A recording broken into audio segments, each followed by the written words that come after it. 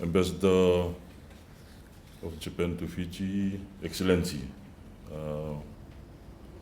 Mr. Rukuchiro Michi, welcome to Ministry of Public Works, and all officials who are accompanying Excellency, thank you for being here today.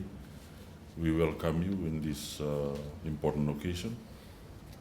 Permanent Secretary, government officials, and other guests, and ministry officials. So firstly, we welcome to the Excellency and the Japanese government for this event today, which is a significant milestone as far as the ministry is concerned in terms of infrastructure development. It is a great honor to participate in this auspicious occasion, the signing of the notes and grant agreement for the reconstruction of Tamavua-i-wai Bridge.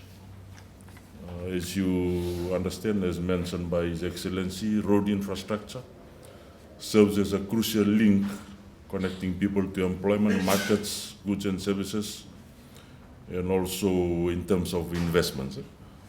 And roads should not be looked upon as only roads, but also as an impetus or facilitator of economic development.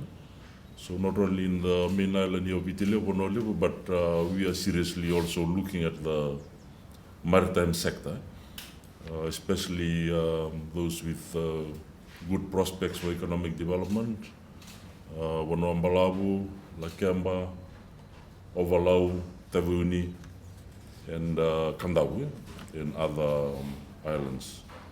So there are other needs for investments in infrastructure which are urgent in those locations.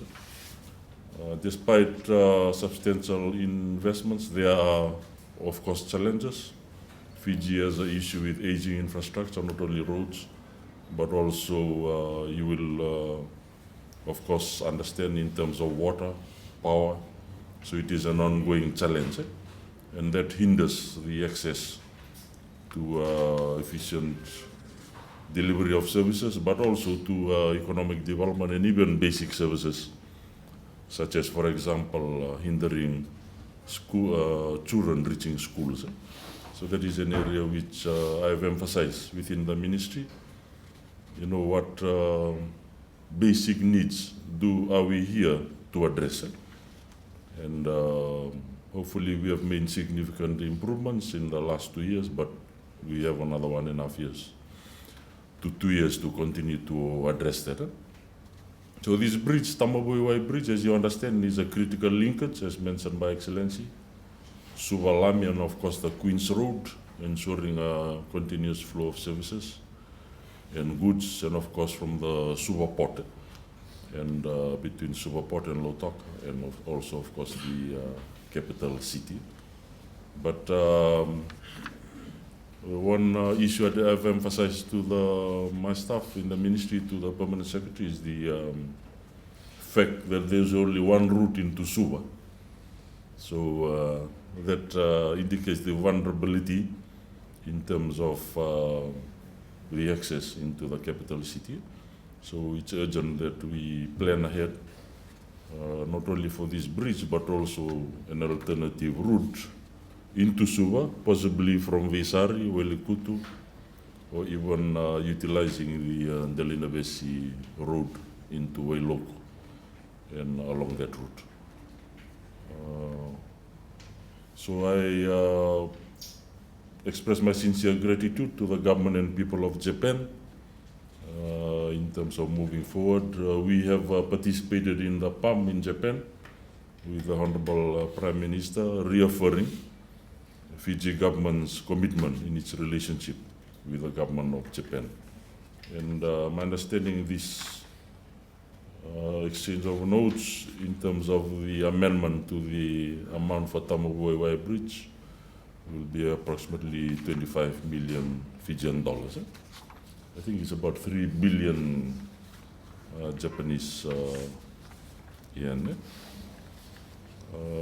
As I mentioned, the completion of the bridge will support our communities in Lami. And moving forward, it's very important that we extend. It's no use having a four-lane highway there into and out of Suva and just a 2-lane after that. So we are working on plans to extend the 4-lane, towards going towards Navu, and to coming into Suva. So hopefully with those plans we can move forward with that 4-lane from the Tamavua-i-wai bridge right up to Wailikutu as a first stage.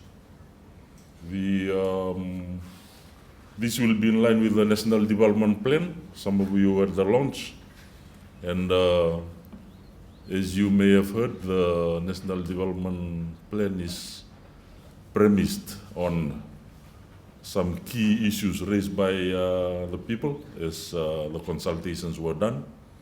Infrastructure, roads, water, power, energy.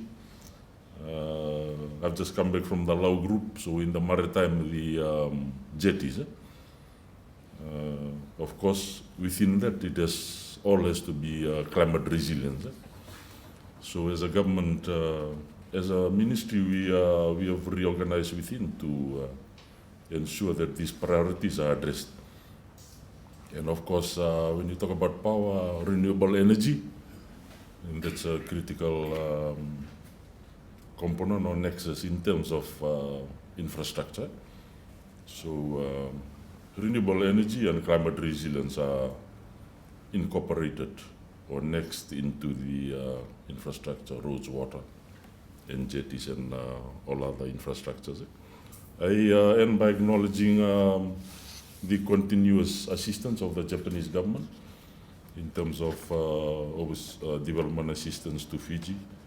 We mentioned the Tamavua-i-wai bridge. They're also working on the pharmaceutical warehouse in Lambasa. This is approximately worth 2.2 million. CATD in Andavi, that's in terms of grant aid and also assistance with dormitories. The Nandi River Flood Management Project study, that's an ongoing issue, as you understand. So at the moment the study has been completed, so discussions are underway in terms of funding that. And as already announced, the standby loan for disaster recovery, again that's worth about 71 million. Loan which is available immediately for Fiji to recover from disasters. And there had also been assistance with our Fiji airports, safety facility in the 5 major airports. Again, that's ongoing, 18.5 million in terms of that. And there are others in terms of fisheries. And of course, you will have heard about the restructure within the ministry in terms of bringing back Public Works Department. And we are liaising with the Japanese government in terms of assistance for that. So with those words, Your Excellency and the Japanese government, and I end by saying a big thank you in terms of the progression and I suppose the finalization of the funding for the new Tamavua-i-wai bridge. At the moment, it's undergoing, the old one is undergoing demolition. Straight after that, we will move forward with the construction of the new Tamavua-i bridge to make it a 4-lane, and then extending that forward. Thank you very much.